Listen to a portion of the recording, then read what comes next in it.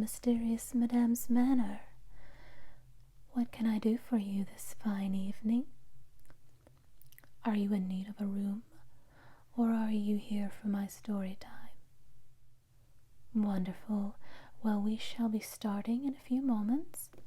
I was just polishing this lovely batch of freshly picked apples from Tabitha's orchard, which I will put out for my guests in the morning. Don't you just love apples? Especially those deep, shiny red apples. Well, like this one, for example. Yes, absolutely. All Tabitha's produce is of top-notch quality. Yes, you are perfectly right. One must be careful about what one consumes. In fact, I know of a story about an apple that was less than savory. Would you like to hear it?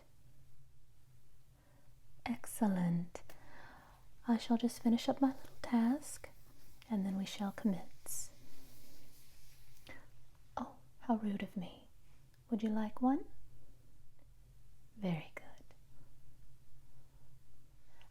After you've finished your snack, we shall meet in the commons area for story time with the mysterious Madame.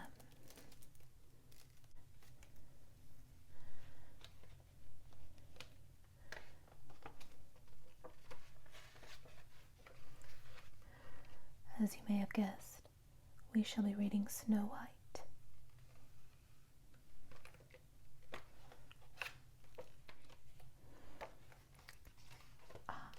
Here we are. Snow White. These illustrations for this story are nothing short of magnificent. Snow White. One winter day, when snowflakes were falling, a queen sat at her open bedroom window, sewing a tapestry on a frame made of black ebony. She accidentally pricked her finger with the needle, and 3 drops of blood fell upon the snow.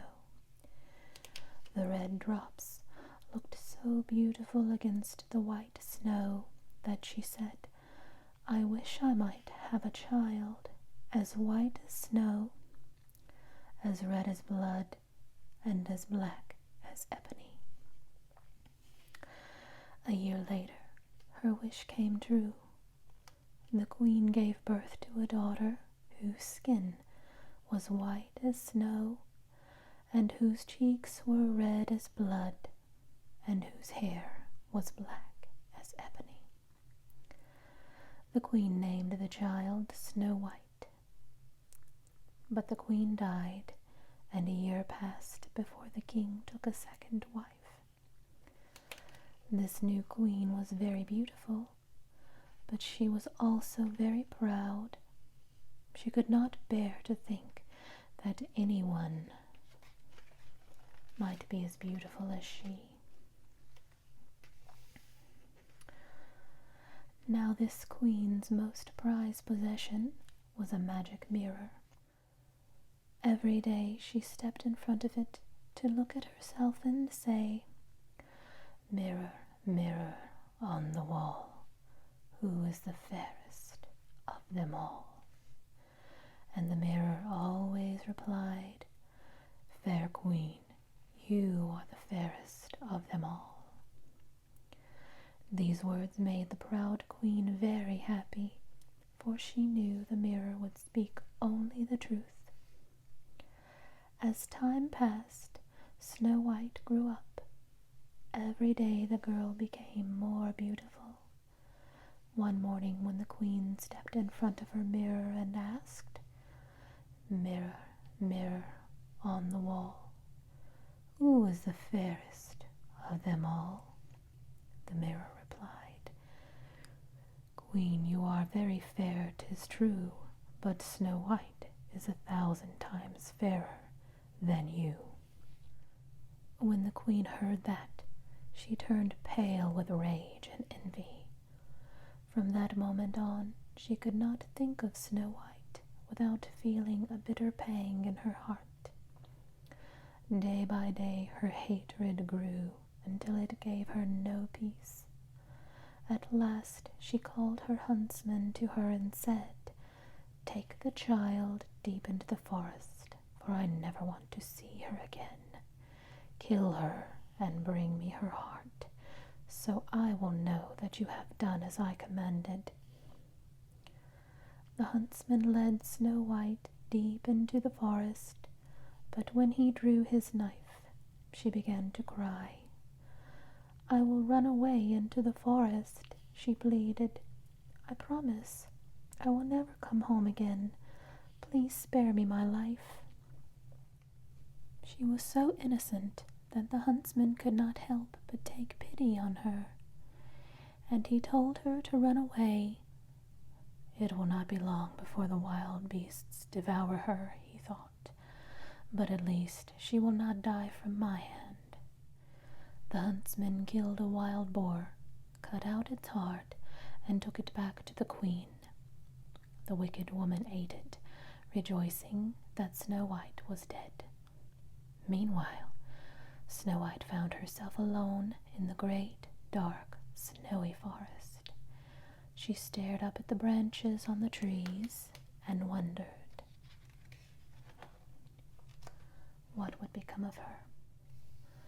As night began to fall, she grew afraid and ran through the forest, over sharp stones and past thorny brambles. Wild beasts sprang at her, but she came to no harm. At last she spied lights shining through the trees and followed them. She came upon a tiny cottage. Inside, everything was unusually small and wonderfully clean and neat. There was a little long table covered with a clean white cloth. It was set with 7 little plates, spoons, knives, and cups. Against one wall stood 7 little beds, all in a row covered with snow-white sheets. Snow White was very hungry and thirsty, so she ate 1 bite of bread from each plate and took 1 sip of wine from each cup, for she did not want to take everything from one setting. Then wearily she lay down on one of the beds and fell fast asleep. Later that night, the owners of the cottage came marching in. They were 7 dwarves who spent their days digging in the mountains for gold. They saw at once that someone had been in their cottage, and there she was, asleep on one of their beds.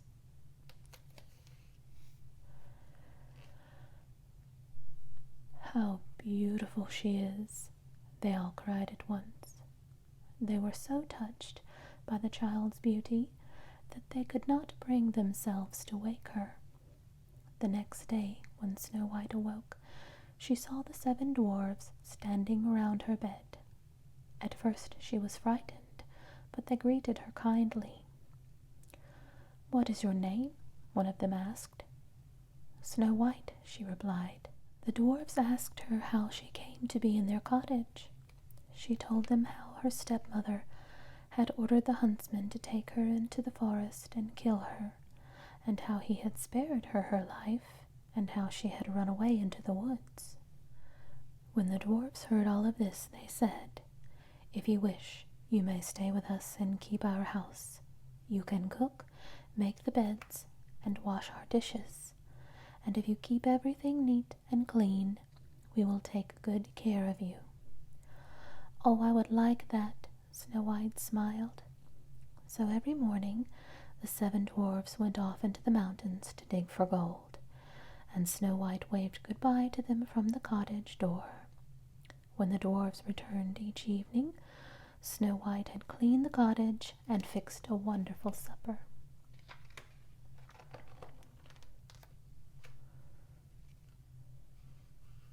Since Snow White spent her days alone in the cottage, the dwarves warned her to be careful of her stepmother.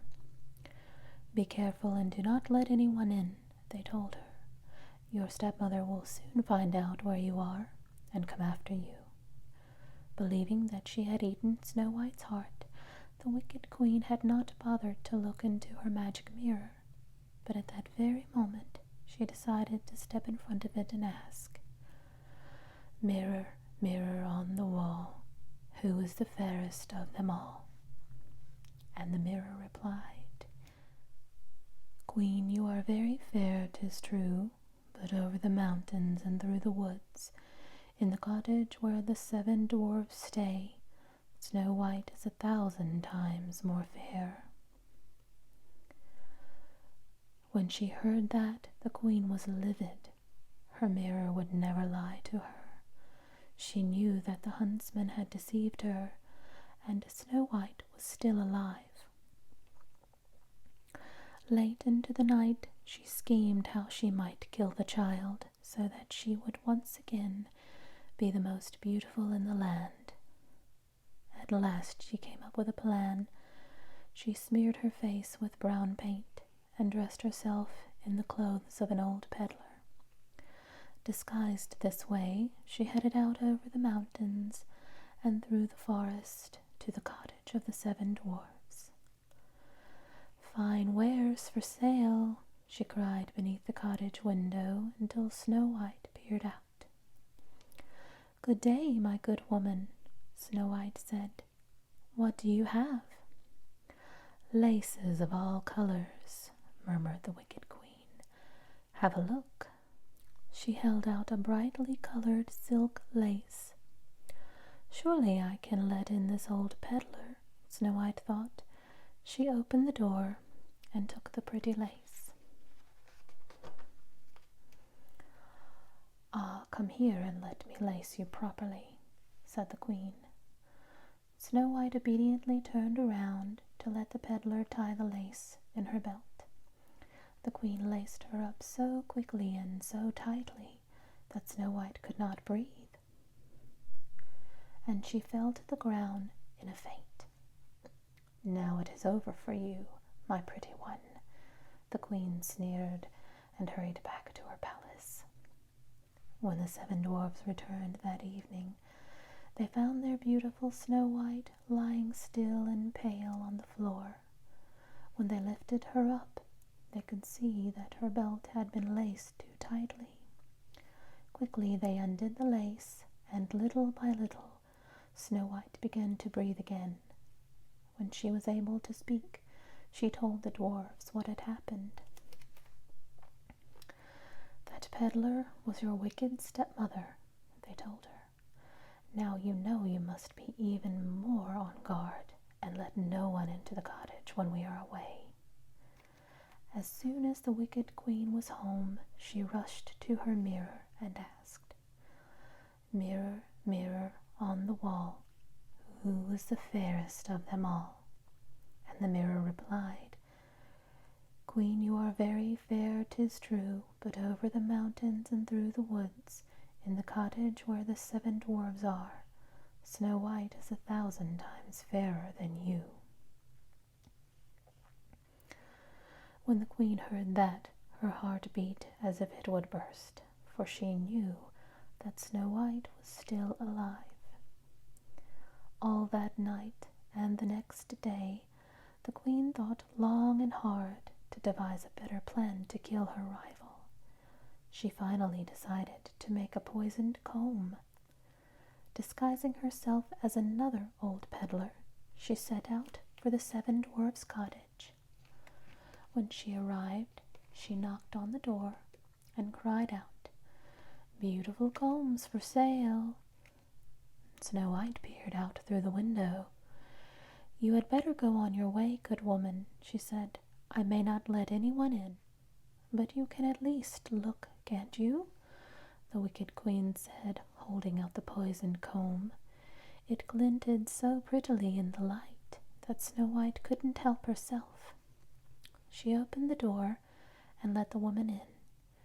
When the girl had agreed to buy the comb, the peddler said, "Now let me place the comb properly in your hair." Snow White, suspecting nothing, bent her head over but as soon as the comb was in her hair, the poison began to work, and she fell down as if dead. "Now your beauty is nothing," cried the wicked queen, and with that she returned to her palace. The sun was setting when the 7 dwarves came marching home. Horrified, they found Snow White lying as if dead on the cottage floor.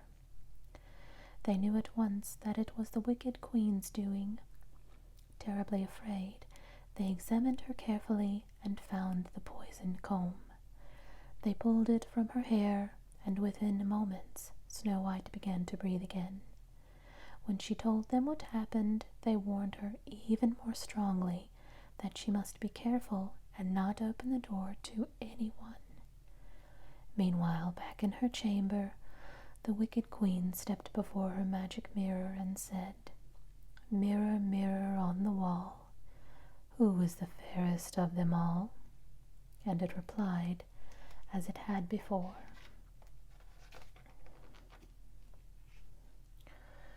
"Queen, you are very fair, 'tis true, but over the mountains and through the woods, at the cottage where the 7 dwarves dwell, Snow White is 1,000 times more fair than you."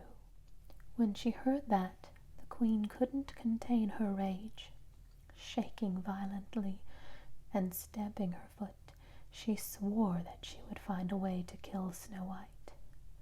This time she went into a secret room in the heart of the palace, and there she prepared a poisoned apple. This rosy apple looked so fresh that whoever saw it could not help but crave a bite. When her work was done, the wicked queen disguised herself as an old farm woman and set out once more for the cottage of the 7 dwarves.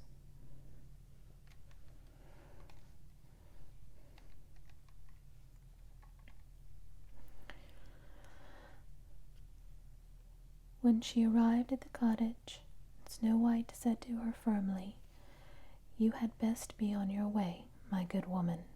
The 7 dwarves have forbidden me to let anyone in." "But you need not open the door," the wicked queen told her. "I only wish to sell my apples. Here, let me give you one." "No, thank you," Snow White replied. "I dare not take it." "What are you afraid of?" asked the wicked queen. "You don't think I'd poison you, do you? Look, I'll share the apple with you. I'll have one half and you the other." However, the wicked queen had made the apple with such skill that only half was poisoned. When Snow White saw the farm woman bite into the beautiful apple, her mouth began to water. She put out her hand and accepted the poisoned half. But no sooner had she taken the first bite than she fell to the ground dead. The wicked queen began to laugh. "White as snow, red as blood, and black as ebony," she crooned. "This time even the 7 dwarves cannot save you." At home again before her mirror, she asked, "Mirror, mirror on the wall, who is the fairest of them all?"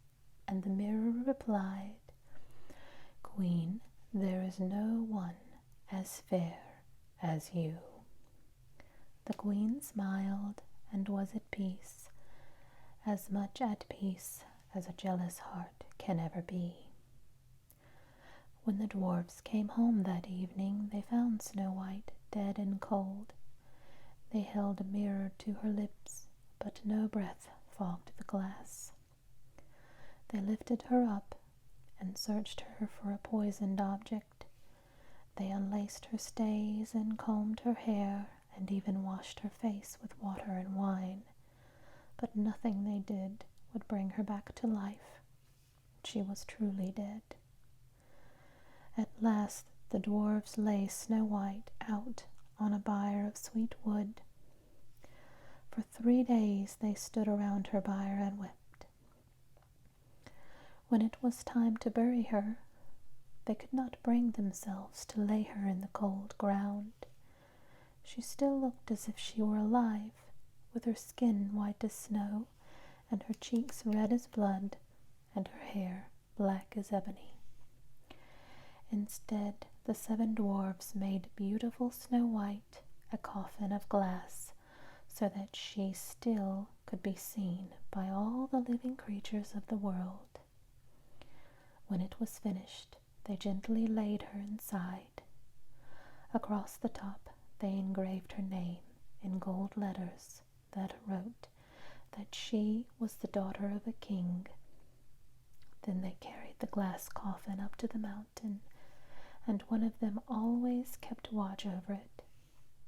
For many years, Snow White lay in the glass coffin, yet strangely she remained fresh and lovely as if she were still alive. One day, a king's son chanced upon the 7 dwarfs' cottage. Looking up the mountain, he saw the glass coffin glittering in the sun, and he rode up to have a look at it. When he saw the beautiful Snow White and read the gold letters, he went to the dwarves and said, "Please let me have the maiden in the glass coffin. I will give you whatever you ask for her." But the dwarves refused. "We would not give her up for all the gold and jewels in the world," they said. "Then give her to me as a present," pleaded the prince, "for I cannot live without looking on her. I promise to love her and cherish her as the person dearest in the world to me." When he said that, the 7 dwarves took pity on him and agreed that he could take Snow White. The prince ordered his servant to lift the coffin onto their shoulders and carry it to his palace. On the way, one of the servants tripped over a thorny bramble and let the coffin fall to the ground, where it broke open. At that, the piece of poisoned apple flew out of Snow White's throat, and with a start she opened her eyes. "Where am I?" she gasped, sitting up. The prince replied with joy, "You are with me, and here I wish you to stay forever." He told her what had happened and who he was. Then he asked her to be his wife and come and live with him at his father's castle. Snow White, who had fallen in love with the kind prince on sight, gave him her hand. Their wedding feast was soon announced, and the wicked stepmother was invited to the celebration. Little did she know that it was Snow White's wedding she was dressing for in her finest gown of gold and silver. Before she left, she stepped in front of her magic mirror and asked,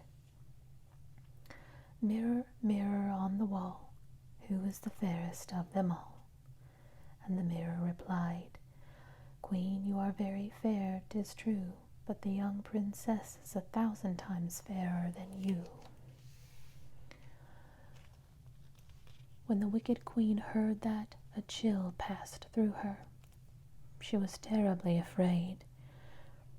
She did not even want to attend the wedding. In the end, she could not stay away. She would have no peace until she had seen this young queen, whom her magic mirror had declared the most beautiful of all. When she arrived at the young prince's palace, she recognized Snow White at once. As she set eyes on the girl, all the hate in her evil heart swelled, until in a fit of passion it burst, and she fell down dead.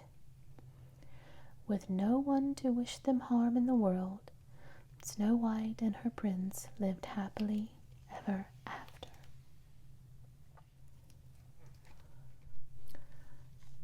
So many problems caused by one little apple. There are so many things about this story that should be alarming. One, why did Snow White continually let strangers in, even though she was aware of the danger?